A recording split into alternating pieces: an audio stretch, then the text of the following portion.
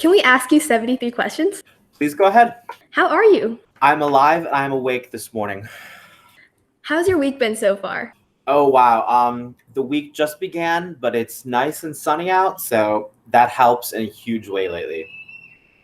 What did you eat for breakfast today? I think I had a bowl of Cheerios. If you were a type of drink, what drink would you be? You know, my AP Latin students would probably laugh. They saw me last year drinking a lot of unsweetened iced tea with lemon, so I guess that would probably be my favorite drink.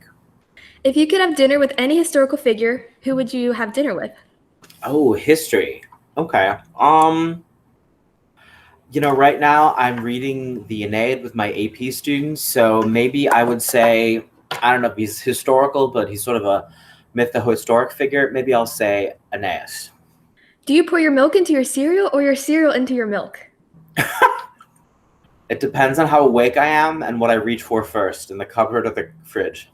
Coffee or tea? I don't really drink either very much. Usually I'm just gonna have like ice water or, something else to drink. I don't really do the like hot morning beverages with the caffeine wake up in the morning. What would your perfect day look like?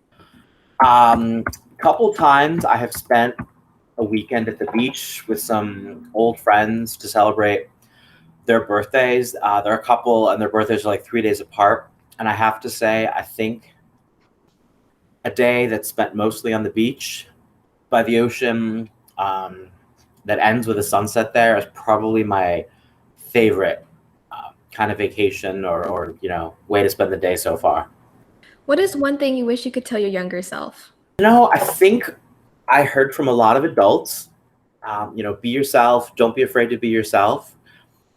And I think upon reflection, I noticed that a lot of my friends always say that and have said that. But if you're not like your friends in terms of their activities and their interests, it's very easy to drift apart after a certain number of years. So maybe be yourself, but don't totally forget to be the person your friends want you to be, or else they may not be your friends anymore. What was your favorite childhood memory? I don't think I have one outstanding or overriding, memory of being a kid. Like nothing, there's no like a highlight reel that I can think of. Lots of little fun, little more impressions or places and people I liked when I was little, not a single moment in time. Who was your favorite teacher as a child? Oh wow. I had a half a dozen teachers in elementary school and high school that I was really close to. And I don't think it was related to a specific subject, but it was people with whom I felt I connected, whether it was in my classroom or in an extracurricular. So it was just people I liked to go back to school and visit. There's still even a couple of university faculty, but somebody I felt I could ask a question of during class and they were answering me. They weren't just answering my question. Or people I could go back to and have, well, I just said I don't really like coffee or tea, but someone I could go back and have, a meal with or a drink with after I graduated, sometimes a long time after I graduated. So, what was your favorite subject in high school? The languages department. I think I took 5 language classes in high school. 5 different languages? No, not different languages, different classes. So in 4 years, I took 5 classes. But now I took 3 different languages in high school. Wow. If you could trade lives with any staff member at the school for a day, who would you choose? Maybe for the commute, I would trade lives with Ms. Shoemaker. Plus, her baby is really cute on camera. Which Disney princess are you? I will tell you probably my 2 favorite Disney movies. Well, 3 favorite Disney movies are Snow White, Little Mermaid, and Beauty and the Beast. But I think the character I like most is Aladdin because his songs are in my vocal range. What's the best movie you've ever seen?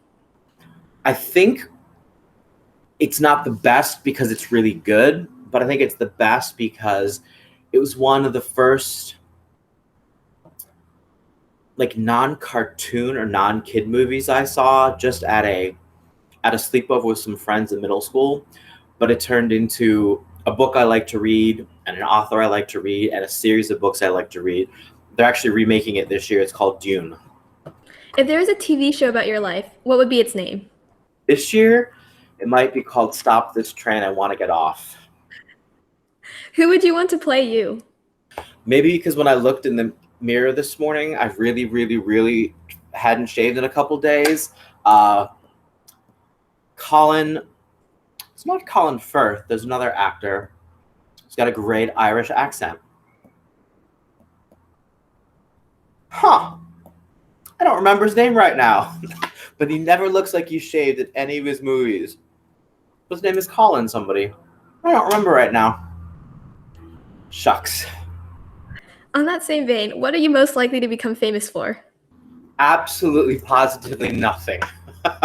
Fame and notoriety were never, ever goals I had. The more I watch, whether it's political news or government news or celebrity news, I don't even count my followers on social media. No gracias. What's the best advice you've ever received? It was phrased differently, but two college classmates my senior year both wanted to help out, and neither one really knew how. And so I think they both said things in a different way that a lot of teachers and adults say to students, and students sort of nod their head and shake their, chin and don't really believe their teachers. But, other people, your friends, don't know how to fight for you. So you have to fight for yourself, if only to give them an example to follow, to be supportive. What is the best advice you've ever given? I told a couple AP students 2 years ago the same thing I answered for a few questions ago, and they looked at me kind of shocked and horrified. But don't forget to be like your friends, because otherwise friendships change and drift over time. If you were forced to give up one of your senses, which one would you give up? I guess if I could get a car that I could drive with my hands, I don't love running. I might give up sort of like feet and walking. That might be the only thing I can imagine not having every day. What is your biggest fear? When I was very little, I used to be terrified of the dark. But somewhere, maybe when I got my first apartment and just learned how to navigate around in the dark in my apartment, I didn't worry about it so much anymore. If you could solve any world issue, which one would you solve? I'm going to take a pass on that one, Karen. We just got some good reminders from Dr. Fulton and some of our LCPS administrators to be careful about political activities and statements. Okay. What's your favorite word in any language? I love the way subito sounds in Latin. It just means suddenly. It's a silly little adverb, but I like the way it sounds. It makes me smile. Would you rather live in the city, the suburbs, or the country? Definitely the city. I grew up in a suburb bordering on a rural area. I love the city. I wish I could metro to work. What is special about the place you grew up? At sunrise, it was very, very calm, very, very quiet and peaceful. And at midnight in the middle of winter, the moon was always so bright and really fresh, pristine, very quiet snow. If you had to pick a new name for yourself, what would it be? Well, I have four initials, but my first two are DJ. And actually, when I moved to Washington, I must have sent someone an email, and they only saw my initials, so they started calling they started calling me DJ. So that's actually a nickname I go by with some people until different groups of friends meet, and they're like, "Wait, do you go by Damien or DJ?" So I kind of accidentally created my own nickname for myself. Cats or dogs? I probably would only get a pet if my roommate really, really wanted one. I think he wants a dog, and I definitely have to say I would start taking a lot more Benadryl if we had a cat. Yeah, me too. What jobs have you had prior to this one? I had some jobs as a camp counselor in high school and university, but pretty much other than working like in an office on campus, I've been teaching since I graduated. How did you decide to go into teaching? I was in a graduate program and I was a teaching assistant for in exchange for tuition. And after I finished my graduate program, it made the best sense to kind of keep on doing what I already knew and what I'd kind of trained for a couple years. What's your favorite thing about your job? I think there's a moment at the very beginning of class while students are coming in from the hallway when they don't think a teacher's listening, when they're talking to someone else or they're talking to someone in the hallway. Sometimes they're racing to beat the bell or they're chasing or being chased by someone else in the hallway, where I get a chance to see teenagers just being very unself-conscious, unself-aware, very, I guess the word is almost just silly and fun instead of being too worried about school or too worried about anything else. They're a little bit more relaxed and they're funny to watch. And sometimes if they're really unguarded, it's easy to join in that moment and kind of continue with that, little bit of humor, a little bit of personality.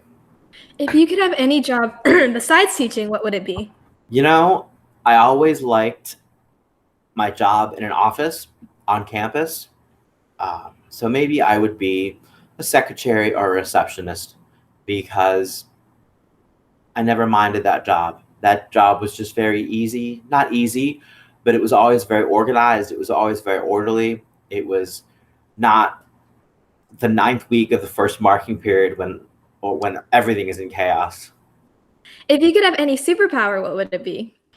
I think I would like to be able to read people's minds sometimes, to know if they really mean something or if they're just saying it to be polite. Adults, teachers, or adults, friends, coworkers, students, everybody.